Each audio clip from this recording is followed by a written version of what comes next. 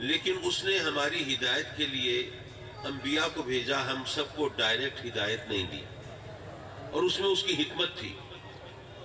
آپ سوچئے کہ ابھی تو ہمیں ہدایت ملتی ہے انبیاء کے ذریعے، ہم سے کبھی خطا بھی ہو جاتی ہے، غلطی ہو جاتی ہے، نافرمانی ہو جاتی ہے، حکم عدولی ہو جاتی ہے، پھر رب کائنات ہمیں توفیق دیتا ہے، ہم آنسو بہاتے ہیں، فریاد کرتے ہیں، رب کی بارگاہ میں گڑ گڑاتے ہیں اور معافی مانگتے ہیں۔ وہ رحمان ہے، وہ رحیم ہے، تواب ہے، ستار ہے، غفار ہے، کرم فرماتا ہے، معاف فرما دیتا ہے۔ لیکن اگر ہم سب کو براہ راست ہدایت مل رہی ہوتی تو جس کو رب کی طرف سے ڈائریکٹ احکام ملے وہ تو نبی ہوتا ہے نا۔ اب آپ سوچئے کہ آپ سب اپنے آپ سے پوچھنے کی بات ہے، کسی دوسرے سے سوال کرنے کی ضرورت نہیں، اپنے آپ سے پوچھئے کہ اگر رب کی طرف سے ایسے احکام ملتے جو ہماری مرضی اور ہماری خواہش کے خلاف ہوتے تو کیا ہم سب ان پر صحیح طرح عمل کر لیتے؟ کچھ لوگ کر لیتے، لیکن بہت سے لوگ بہانہ سازی کرتے، کچھ راستے ڈھونڈنے کی کوشش کرتے۔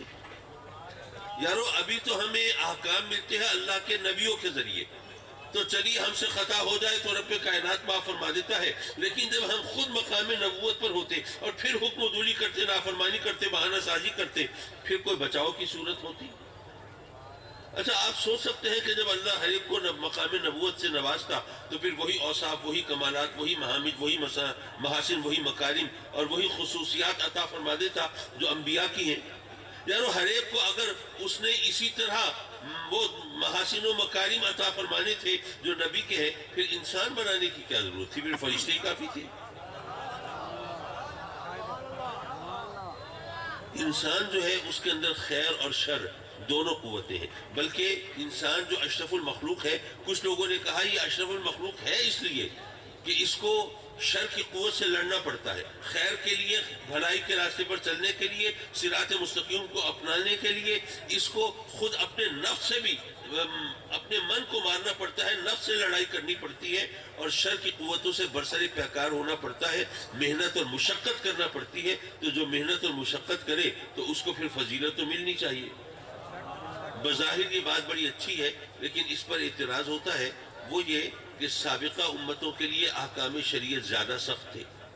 آپ روزہ رکھتے ہیں، افطاری کرنے کے بعد ماشاءاللہ آرام فرماتے ہیں، سحری کے وقت اٹھتے ہیں، پھر جناب سحری کھاتے ہیں، لطف اندوز بھی ہوتے ہیں اور ثواب بھی حاصل کرتے ہیں۔ لیکن سابقہ امتوں کے لیے سہولت نہیں تھی، روزہ افطار کیا، اسی وقت جو کھا پی لیا بس ختم، اگلا روزہ شروع۔ آپ کا کپڑا ناپاک ہوا، آپ نے جا کے پانی سے دھو لیا، کپڑا پاک ہو گیا۔ پہلی امتوں کے لیے یہ سہولت نہیں تھی، جو حصہ ناپاک ہوا اس کو کاٹ کر علیحدہ کرنا پڑتا تھا، پھر باقی کپڑا پاک تصور ہوتا تھا، مشکل احکام تھے۔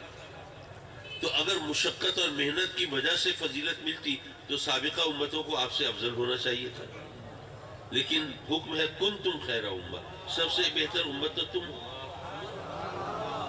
بلکہ اس بات کو ذرا آسان طریقے سے بیان کروں، آپ سے میں پوچھتا ہوں، یہ بتائیے ایک رات عبادت کرنے میں زیادہ محنت ہے یا 1000 مہینے عبادت کرنے میں زیادہ محنت ہے؟ ظاہر ہے زیادہ محنت تو 1000 مہینے میں ہے، لیکن اگر محنت اور مشقت کی بنیاد پر فضیلت ہوتی تو لیلۃ القدر کو تو فضیلت مل ہی نہیں سکتی تھی۔ اچھا کچھ علماء نے فرمایا کہ دراصل انسان اشرف المخلوق اس لیے ہے کہ وہ مسجود ملائکہ ہے، اسے فرشتوں نے سجدہ کیا، جس کو فرشتے سجدہ کریں اسے اشرف المخلوق تو ہونا ہی چاہیے۔ میں عرض کروں گا کہ یہ بات مان لی جائے تو اس پر بھی سوال اٹھتا ہے۔ یہ بات ماننے والا دراصل یہ سمجھتا ہے کہ سجدہ عظمت کی وجہ سے ہوتا ہے، اسی لیے تو سجدوں فرشتوں کا مسجود ہونے کی وجہ سے معظم ہوا، محترم ہوا، لیکن سجدہ عظمت کی وجہ سے تو ہوتا ہی نہیں۔ بھئی مسجد اقصیٰ کی طرف منہ کر کے پہلے سجدہ کرتے تھے، آج کرے تو جائز ہے؟ نہیں۔ کیا مسجد اقصیٰ کی عظمت میں کمی آ گئی ہے؟ عظمت اسی طرح ہے، لیکن سجدہ جائز نہیں۔ پتہ چلا کہ سجدہ عظمت کی وجہ سے نہیں ہوتا۔ سیدنا یعقوب علیہ السلام نے سجدہ کیا اپنے بیٹے حضرت یوسف علیہ السلام کو، قرآن گواہی دے رہا ہے۔ ان علماء سے پوچھئے مرتبہ کس کا زیادہ ہے؟ حضرت یعقوب کا۔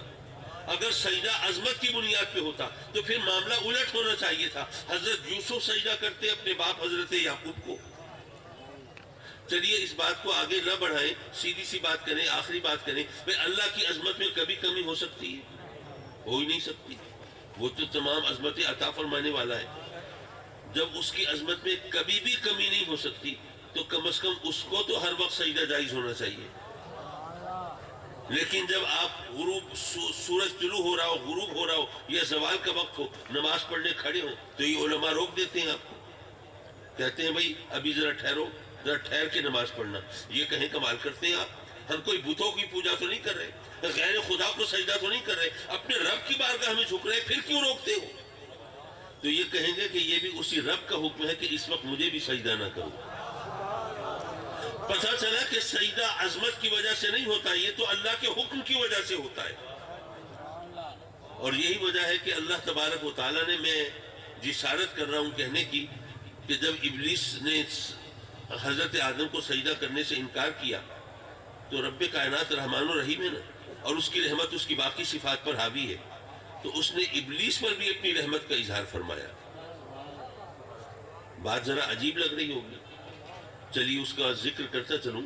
بات یہ ہے کہ حکم عدولی کر چکا، نافرمانی کر چکا، سجدہ کرنے سے انکار کر چکا، لیکن رب کائنات نظام کائنات کے اندر عدل و انصاف کا پہلا اصول مرتب فرما رہا ہے. پہلا اصول ہمیں یہ بتایا کہ اے میرے بندو یاد رکھو، ملزم اور مجرم کی حیثیت سے ابلیس ہو اور انصاف کرنے والا خود رب کائنات ہو، جس سے کچھ چھپا ہوا نہ ہو. وہ دلوں کا بھید بھی جانتا ہو، ظاہر بھی جانتا ہو، باطن بھی، نیت بھی، عمل بھی، ہر چیز اس سے آشنا ہو. لیکن ملزم کو سزا دینے سے پہلے اسے صفائی کا موقع دیتا ہوں. یہ تمہارے لیے پہلا اصول مرتب کر رہا ہوں. ابلیس کو فوراً سزا نہیں سنائی. ما منعک الا تسجد اذ امرتک، جب میں نے تجھے حکم دے دیا تھا پھر تجھے سجدہ کرنے سے کس چیز نے روکا؟ مجھے کچھ دوستوں نے بتایا کہ ٹی وی پر ایک پروگرام آتا ہے کون بنے گا کروڑ پتی. اچھا مجھے تو سچی بات ہے موقع ملتا نہیں ٹی وی کے سامنے بیٹھنے کا، آپ سے فرصت ملے تو ادھر بھی دیکھیں. تو مجھے بتایا کہ جناب اس کے اندر یہ سہولت بھی ہوتی ہے کہ کوئی بندہ سوالوں کا جواب دینے کے لیے اپنے کسی دوست کو فون کر کے بھی گائیڈ لائن لے سکتا ہے کہ ہاں بھائی بتاؤ ذرا اس سوال کا جواب کیا ہے. یہاں رب کائنات نے ابلیس کو اشارہ دیا، ما منعک الا تسجد اذ امرتک، اے ابلیس یہ خیال مت کرنا کہ میں بڑا عبادت گزار ہوں، زمین آسمان کا کوئی چپا چھوڑا نہیں جہاں پر میں نے سجدہ نہ کیا ہو. اور یہ آدم کی تو ابھی تخلیق ہوئی ہے، اس نے ایک سجدہ بھی نہیں کیا، میں اتنا عابد و زاہد ہو کر میں آدم کو سجدہ کیوں کروں؟ اے ابلیس یہ خیال بھی مت کرنا کہ میں تو بڑا پڑھا لکھا ہوں، فرشتوں کا بھی استاد ہوں، اور یہ آدم تو ابھی تخلیق ہوئی ہے، اس کے علم و فضل کا تو کچھ پتہ ہی نہیں، تو میں اتنا عالم و فاضل ہو کر میں اس کو سجدہ کیوں کروں؟ اور گویا ان بٹوین دا لائنز بین السطور یہ بھی بتا دیا کہ اے ابلیس یہ خیال مت کرنا کہ میں جناب ناری ہوں، نار سے بنا ہوں، آگ سے بنا ہوں، میں اعلیٰ ہوں، افضل ہوں، اشرف ہوں، برتر ہوں، اور یہ آدم کا خمیر تو خاک سے اٹھا ہے، میں اس کو سجدہ کیوں کروں؟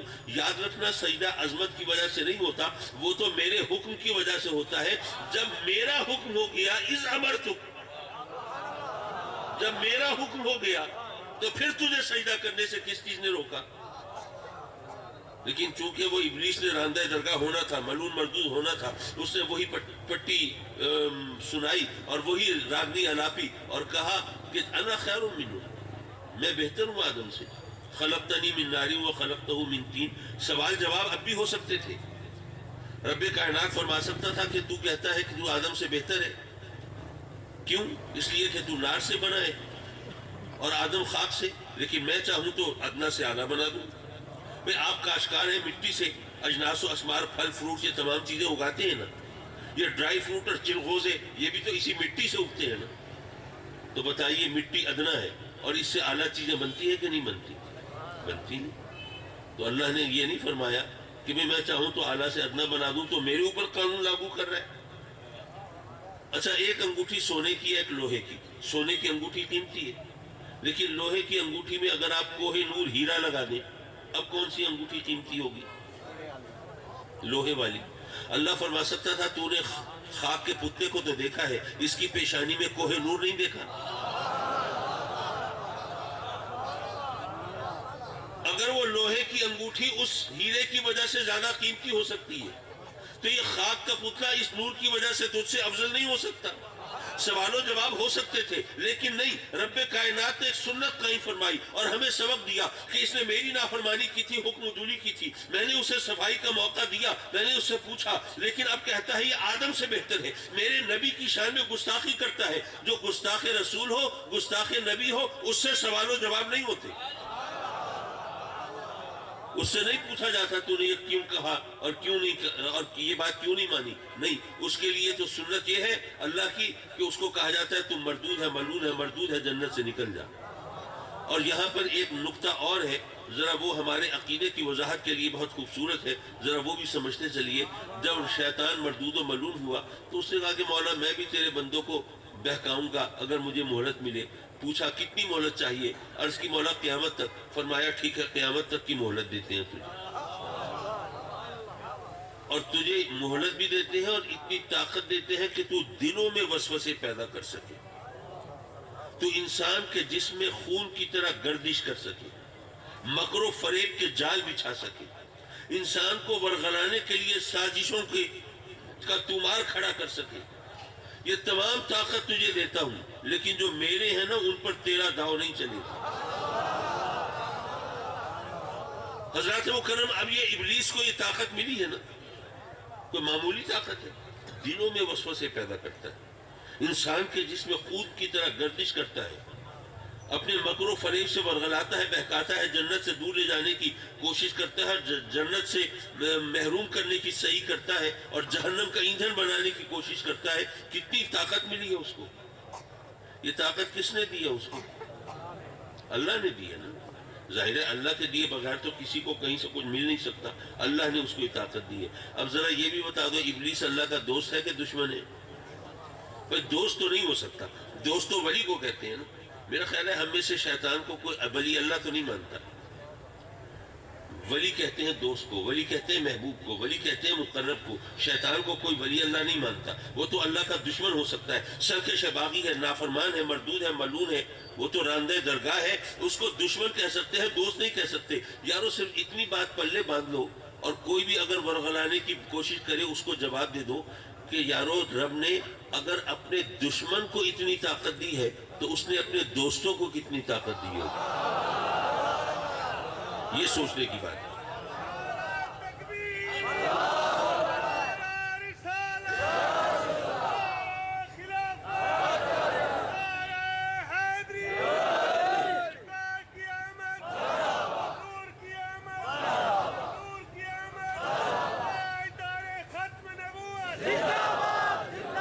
معاف کیجئے بات دور نکل گئی، میں یہ عرض کر رہا تھا کہ انسان اشرف المخلوقات۔ میرے ذہن میں ذرا تھوڑی سی کشمکش ہوئی، میں سوچنے لگا مولا انسان اشرف المخلوق ہے تو ایک کافر انسان تو یہ بھی ہے، مشرک، منافق، فاسق، فاجر، بدکار، گناہگار، سیاہکار، انسان تو یہ بھی ہے، اور انسان اشرف المخلوقات ہے، تو یہ بھی اشرف المخلوقات ہے۔ کیا فرشتوں سے افضل ہے کافر؟ نہیں، تو انسان اشرف المخلوقات ہے، انسان یہ بھی ہے۔ پھر کس دلیل سے آپ ان کو خارج کریں گے؟ اس فضیلت سے محروم کیسے کریں گے؟ اب جس طرح میں نے سمجھا، دراصل یہ علماء کرام ماشاءاللہ علم و فضل کے پہاڑ ہوتے ہیں اور دلائل کے انبار لگاتے ہیں۔ میں سیدھی سادھی ایسی بات کرتا ہوں جو ذرا ہمارے ذہن کی تسکین کا سامان بن جائے۔ میں نے جس طرح سمجھا میں آپ کے سامنے بیان کر دیتا ہوں۔ اصل میں آپ سے اگر پوچھوں کہ آپ کے خیال میں دنیا کا سب سے اچھا، سب سے لذیذ، سب سے مزیدار پھل کون سا ہے، تو ہر ایک اپنی پسند کی بات کرے گا، لیکن میں نے صرف ایک مثال ہی دینی ہے نا، تو فرض کیا کہ دنیا کا سب سے لذیذ پھل آم ہے۔ اچھا، آم کی مختلف ورائٹیز ہیں، چوسا بھی ہے، رٹول بھی ہے، دسہری بھی ہے، سنری بھی ہے، مالدہ بھی ہے، اور لنگڑا بھی ہے، یہ تمام ورائٹیز ہیں۔ تو سب سے بہتر آم کون سا ہے؟ تو فرض ہی کرنا ہے، فرض کیا رٹول سب سے بہتر آم ہے۔ ہم نے فرض کیا دنیا کا سب سے بہتر پھل آم اور سب سے اچھا آم رٹول۔ اگر میرے گھر کے صحن میں انور رٹول کا درخت لگا ہو تو میں آپ سے کہوں کہ جناب میرے گھر کے صحن کا جو درخت ہے اس کے پھل دنیا کے تمام پھلوں سے بہتر ہیں، تو اصولی طور پر یہ بات صحیح کہی میں نے؟ بات تو ٹھیک ہے نا، کیونکہ ہم نے فرض کیا کہ دنیا کا سب سے اچھا پھل آم ہے اور سب سے اچھا آم رٹول ہے تو وہ رٹول کا درخت ہے تو میں کہہ سکتا ہوں. فرض کیجئے آپ تشریف لائے ملنے کے لیے, میں نے آپ سے کہا جناب میرے گھر کے صحن کا جو درخت ہے اس کا پھل دنیا کے تمام پھلوں سے بہتر. آپ نے کہا, آپ نے سوچا ذرا قاضی صاحب شیخی بگھار رہے ہیں, ذرا ان کی ٹانگ کھینچنی چاہیے. مجھ سے کہا جی ذرا ہمیں بھی زیارت کرائیں. میں نے کہا ٹھیک ہے آئیے چلیے, میں لے گیا. آپ نے دیکھا رٹول کا درخت ہے, اس پہ آم لگے ہوئے ہیں, گرمی کا موسم ہے, تو آپ نے نگاہیں دوڑائی, تلاش کیا, ایک آم ایسا نظر آ گیا آپ کو جس میں کیڑے پڑے ہوئے تھے. آپ نے وہ توڑ لیا اور میرے پاس آ گئے, کہنے لگے جناب آپ کہہ رہے تھے اس درخت کے پھل دنیا کے تمام پھلوں سے بہتر, یہ اسی درخت سے میں یہ دانہ توڑ کے لایا ہوں, بتائیے دنیا کے تمام پھلوں سے بہتر ہے. میں نے کہا بھائی اس میں کیڑے پڑے ہوئے ہیں, دنیا کے تمام پھل تو ایک طرف, اس کو تو گنڈھیری کے مقابلے میں بھی نہیں رکھا جا سکتا. آپ کمال کرتے ہیں. آپ نے کہا اچھا ذرا ٹھہریے میں کوئی اور دانہ دیکھتا ہوں. پھر گئے, نگاہیں دوڑائیں, تلاش کیا, حسن اتفاق سے ایک دانہ آپ کو اور نظر آیا جس کو طوطے نے چونچ مار دی تھی, وہ گل گیا تھا. اب وہ توڑ لائے. جناب یہ بھی آپ کے سامنے اسی درخت سے توڑا ہے, دنیا کے تمام پھلوں سے بہتر ہے. میں نے کہا کہ جناب اب آپ مجھے شرمندہ کرنے پہ تلے ہوئے, تو آپ کی مرضی. بھئی وہ اس میں کیڑے پڑے ہوئے ہیں, یہ گل گیا ہے, اس کو تو مقابلے میں رکھا ہی نہیں جا سکتا. یارو انسان تو اشرف المخلوقات ہے, لیکن اگر کسی انسان میں کفر کے, شرک کے, بدعقیدگی کے کیڑے پڑ گئے ہیں, یا اگر کسی انسان کو شیطان نے چونچ مار دی ہے, تو اس کو مقابلے میں نہیں رکھا جا سکتا.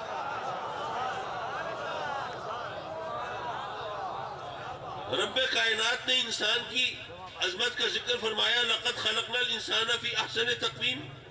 ہم نے انسان کو سب سے احسن, سپرلیٹو ڈگری, سب سے بہتر تقویم پر تخلیق کیا. گویا یہ ہماری رب کائنات کی کاریگری کا شاہکار, اس کی صنعت کا نمونہ. ٹھیک ہے قرآن ہے, ظاہر ہے ہم نے سر جھکا دیا, مان لیا, تسلیم کر لیا, لیکن ذرا ایک مثال سے بات آگے بڑھائی. لیکن فرض کریں آپ کو مکان بنوانا تھا.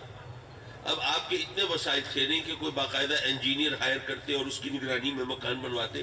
آپ نے کہا یار میں غریب آدمی ہوں, مجھے تو کوئی اچھا سا مستری مل جائے, میں سستے میں جان چھوٹ جائے گی, مکان بن جائے گا. دوستوں سے پوچھا یار کسی مستری کا پتہ بتاؤ, انہوں نے بتا دیا.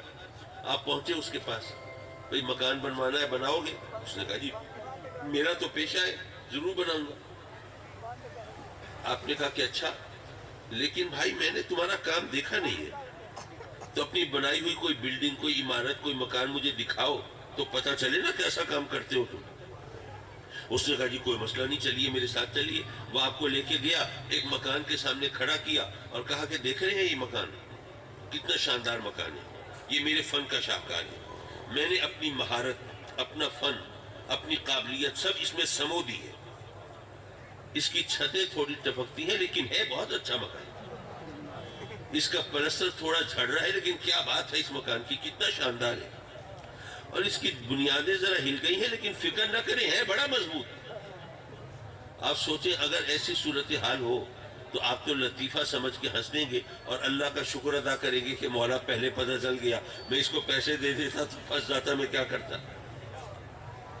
یہ صورتحال تو لطیفے کی ہے نا, لیکن قرآن لطیفے نہیں سناتا, قرآن ہدایت دیتا ہے. مولا بے شک ہم مانتے ہیں قرآن ہدایت دیتا ہے, لطیفے نہیں سناتا, لیکن ایک طرف تو نے فرمایا کہ انسان تو نے احسن تقویم میں تخلیق کیا, یہ تیری کاریگری کا شاہکار, تیری صنعت کا نمونہ. اور اسی قرآن میں تو نے بتایا کہ ان الانسان لفی خسر, خسارے کا سودا کرنے والا. انہ لحب الخیر لشدید, مال کی محبت میں بڑا پکا. لربہ لکنود, اپنے رب کا ناشکرا. اب میں حافظ نہیں ہوں لیکن قرآن میں رب کائنات نے انسان کے لیے جو تراکیب, جو قافیے استعمال فرمائے, کہیں کفورا, کہیں قطورا, کہیں عجولا, کہیں فرمایا رب کا ناشکرا ہے, کہیں فرمایا بڑا کم ہمت ہے, بے حوصلہ ہے, قطورا ہے, کہیں فرمایا عجولا ہے, بڑا جلد باز ہے, بے صبرا ہے, ظلومن جہولا, بڑا ظالم ہے اور جاہل ہے. تو مولا ایک طرف تجھے انسان کو اپنی تخلیق کا شاہکار فرمائے اور دوسری طرف پھر انسان کے اندر یہ عیب گنوائے. مولا اگر یہ قرآن سے باہر کوئی بات ہوتی تو ہم لطیفہ سمجھ کے ہنس لیتے, لیکن قرآن ہے, تیرا کلام ہے, یہ ہدایت دیتا ہے, لطیفے نہیں سناتا. تو مولا اب اس کو ہم کس طرح سمجھیں, کس طرح مانیں. حضرات مکرم بڑی سیدھی سی بات ہے, اگر یہ سمجھتے ہو کہ قرآن ہدایت دیتا ہے لطیفے نہیں سناتا، تو ماننا پڑے گا کہ وہ انسان جو اس کی کاریگری کا شاہکار ہے، وہ جو اس کی صنعت کا نمونہ ہے، وہ انسان جو انسان کامل ہے وہ کوئی اور ہے، اور جو خسارے کا سودا کرنے والا ہے وہ کوئی اور ہے، رب کا ناشکرہ کوئی اور ہے، مال کی محبت میں پکا کوئی اور ہے، وہ بے صبرہ اور بے ہمت کوئی اور ہے۔ یہ دونوں ایک نہیں۔ اگر دونوں کو ایک مانو گے تو پھر لطیفہ ہو جائے گا، مذاق ہو جائے گا، اور قرآن مذاق نہیں سناتا۔ دراصل یہاں پر آ کر ہمیں سمجھنا چاہیے، ہمیں رب کائنات نے بتا دیا، ارے تمہارے اندر یہ نقائص ہے نا، یہ خامیاں ہیں نا، یہ کمی کوتاہی ہے نا، اور تم میرے محبوب کو کہتے ہو کہ ہم جیسا ہے، لطیفے سناتے ہو۔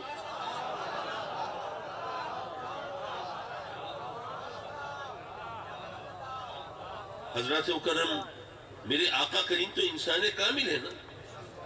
اور یہاں پر میں ایک بات کی وضاحت کرتا چلوں۔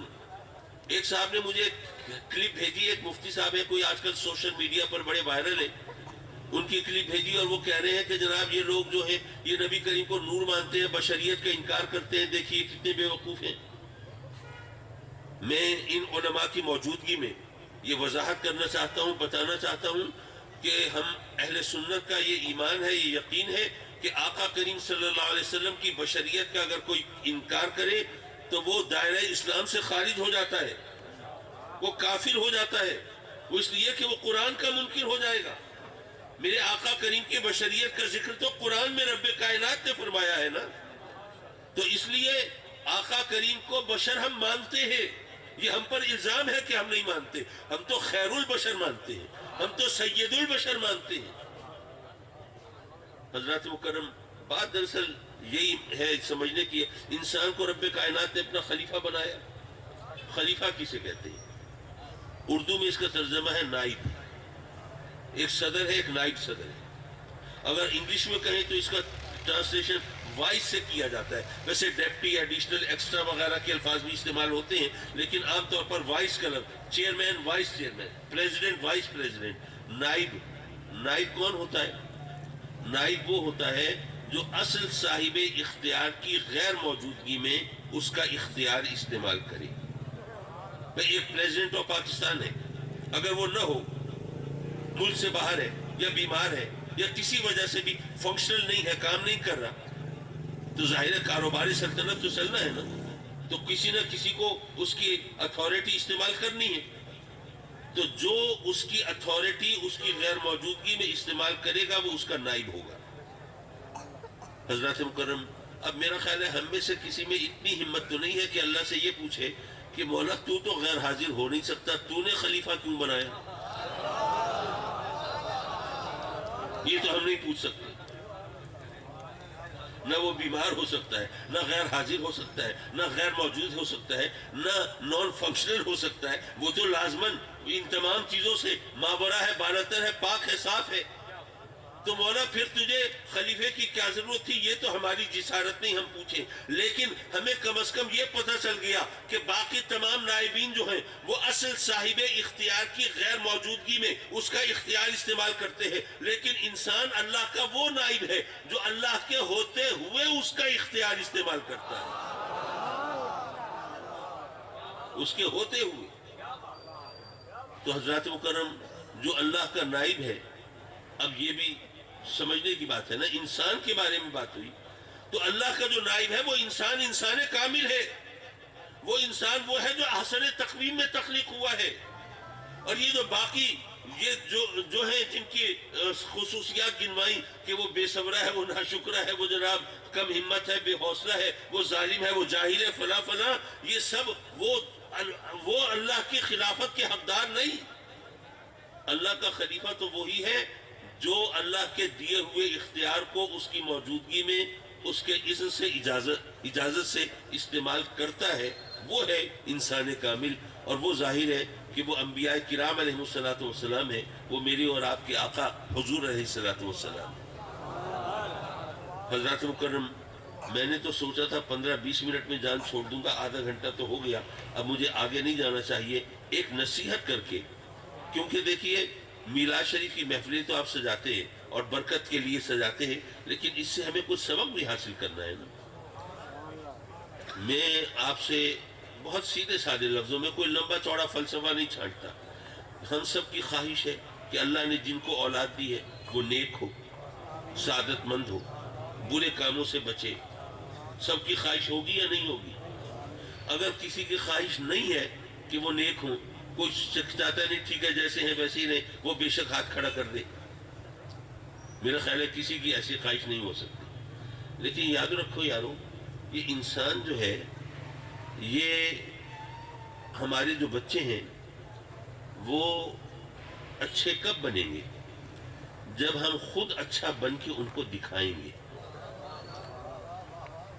خلیل جبران فلسفی گزرا ہے لبنان میں، تھا تو وہ عیسائی، لیکن آقا کریم کا فرمان ہے کہ علم و حکمت کی بات جہاں سے بھی ملے، اے مومنو تم لے لو کہ وہ تمہاری متاع گم گشتہ ہے۔ اس نے ایک جگہ لکھا، اس کی ایک کوٹیشن ہے، کہتا ہے کہ some souls are like sponges, you cannot squeeze out of them except what they have sucked from you۔ یہ اس نے بچوں کے بارے میں لکھا کہ وہ کچھ روحیں، کچھ لوگ، کچھ بچے ایسے ہوتے ہیں جو سفنج کی طرف ہوتے ہیں۔ سفنج کسے کہتے ہیں؟ یہ فوم ہوتا ہے نا، فوم کے گدے ہوتے ہیں، فوم کی کرسیاں ہوتی ہیں، یہ فوم، یہ سفنج ہے اس کا اصل نام۔ تو سفنج کی طرح ہوتے ہیں۔ وہ کہتا ہے کہ سفنج میں آپ جو کچھ جذب کریں گے، اگر آپ سفنج پانی کے گلاس میں ڈالیں اور نکالیں، پھر اس کو نچوڑیں تو کیا نکلے گا اس میں سے؟ پانی۔ اور اگر دودھ کے برتن میں ڈال کے نکالیں پھر نچوڑیں، کیا نکلے گا؟ اور اگر اس کو کیچڑ میں ڈال کے نکالیں اور پھر نچوڑیں، کیا نکلے گا؟ تو وہ فوم، وہ سفنج ایسی چیز ہے، اس میں آپ جو کچھ جذب کریں گے، نچوڑیں گے، وہی نکل آئے گا۔ تو وہ خلیل جبران کہتا ہے کہ بچے جو ہے یہ بھی سپنج کی طرح ہوتے ہیں، یہ جو کچھ آپ سے لیتے ہیں نا، نچوڑتے ہیں تو وہی کچھ نکل آتا ہے۔ تو ہم اگر چاہتے ہیں ہمارے بچے اچھے بنے، تو یہ ممکن نہیں ہے کہ ہم خود تو منمانی کرتے رہیں، گناہ کے راستے پہ چلتے رہیں، رب کی نافرمانی کرتے رہیں، اور بچے جو ہے وہ بڑے نیک اور سعادت مند ہوں۔ ایسا ہوتا ہے ویسے ہمارے ہاں، بچے کو لے کے بیٹھے ہیں، بیٹے دیکھو اچھائی کا کام کرو، دیکھو سچ بولو۔ جھوٹ بولنے والوں پر تو اللہ کی لعنت ہے، جھوٹ بولنے والوں سے لوگ نفرت کرتے ہیں اور ان کا مذاق اڑاتے ہیں اور ان پر کوئی اعتبار نہیں کرتا، اور اگر سچ بولو گے تو تمہیں عزت ملے گی۔ یہ جناب سب اس کو سمجھا رہے ہیں، سکھا رہے ہیں۔ اتنے میں کسی نے دروازہ کھٹکھٹایا، آپ نے کہا جاؤ بیٹے ذرا دیکھو کون ہے، میرا پوچھے تو کہہ دینا ابو گھر پہ نہیں ہے۔ اب بچہ بھی گھن چکر بن جاتا ہے کہ ابھی جو اتنی تعلیم دے رہے تھے اس پہ عمل کریں، یا جو اب عمل کرا رہے ہیں، ٹریننگ کر رہے ہیں، اس پہ عمل کریں۔ تو سیدھا میرے آقا کریم صلی اللہ علیہ وسلم کی سیرت مبارکہ کی یہ خصوصیت ہے کہ آپ نے ہمیں جو حکم دیا ہے پہلے اس پر خود عمل کر کے دکھایا ہے۔ زبانی کلامی باتیں نہیں، ہمارے لیڈرز کی طرح نہیں کہ اوروں کو نصیحت اور خود میاں فضیحت۔ اگر ہمیں حکم دیا ہے کہ تم نے مال کا 40واں حصہ خدا کی راہ میں دینا ہے، غریبوں کا حق ہے، تو میرے آقا کریم نے صرف 40واں حصہ نہیں دیا بلکہ سارا گھر خدا کی راہ میں لٹا کے دکھایا ہے۔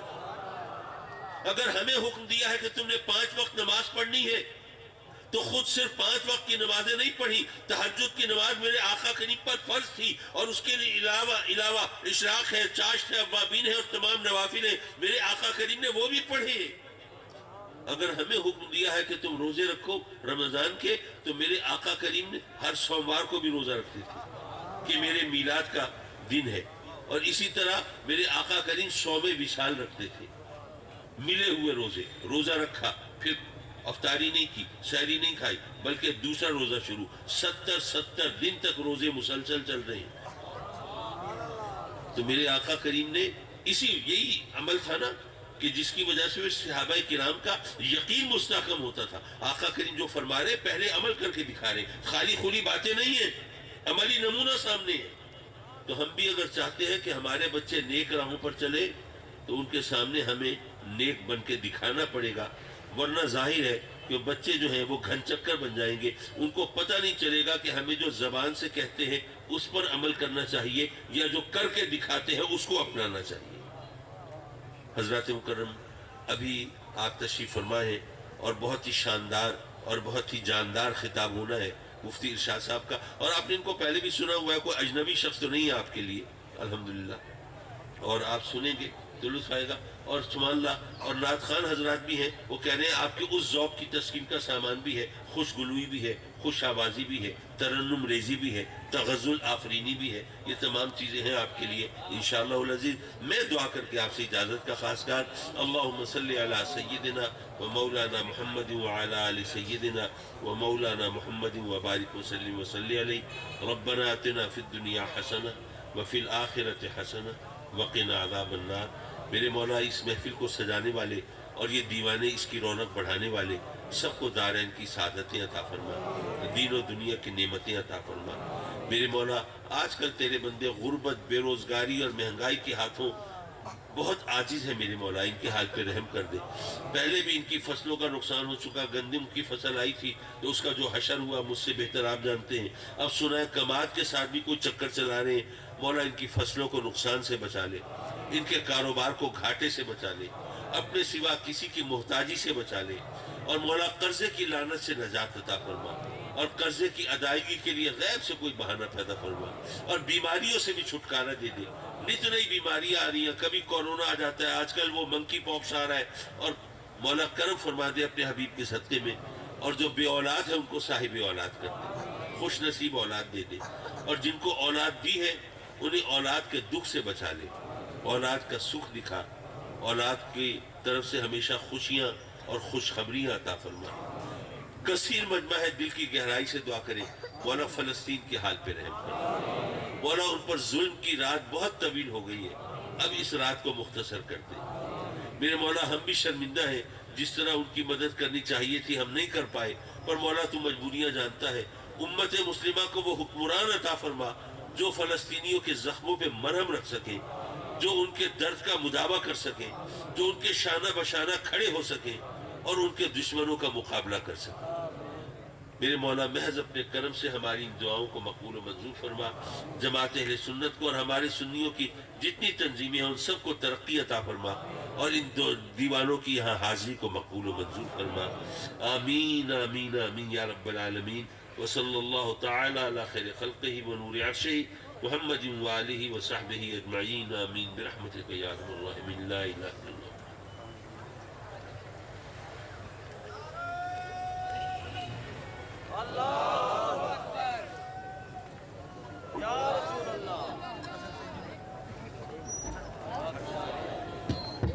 حضرات گرامی قدر تشریف فرماؤ. حالی پروگرام جاری ہے. مفتی صاحب دا خطاب بھی تھی سی ہوں تو پہلے ساڑھے اچھ شریف دے کچھ نعت خان احباب ہیں جنہوں نے توڑے واسطے خوبصورت کلام تیار کیتے حضور دی آمد دے حوالے نال. بس انہوں کو سن سو تو انہیں بعد مفتی صاحب دا خطاب ہو سی. تمام احباب اپنی جگہ دے تشریف فرماؤ. ایک اعلان سماعت فرما کے محمد ثاقب ولد محمد معراج احمد کویا جویا قوم جویا عصر دی نماز بعد لاپتہ ہے.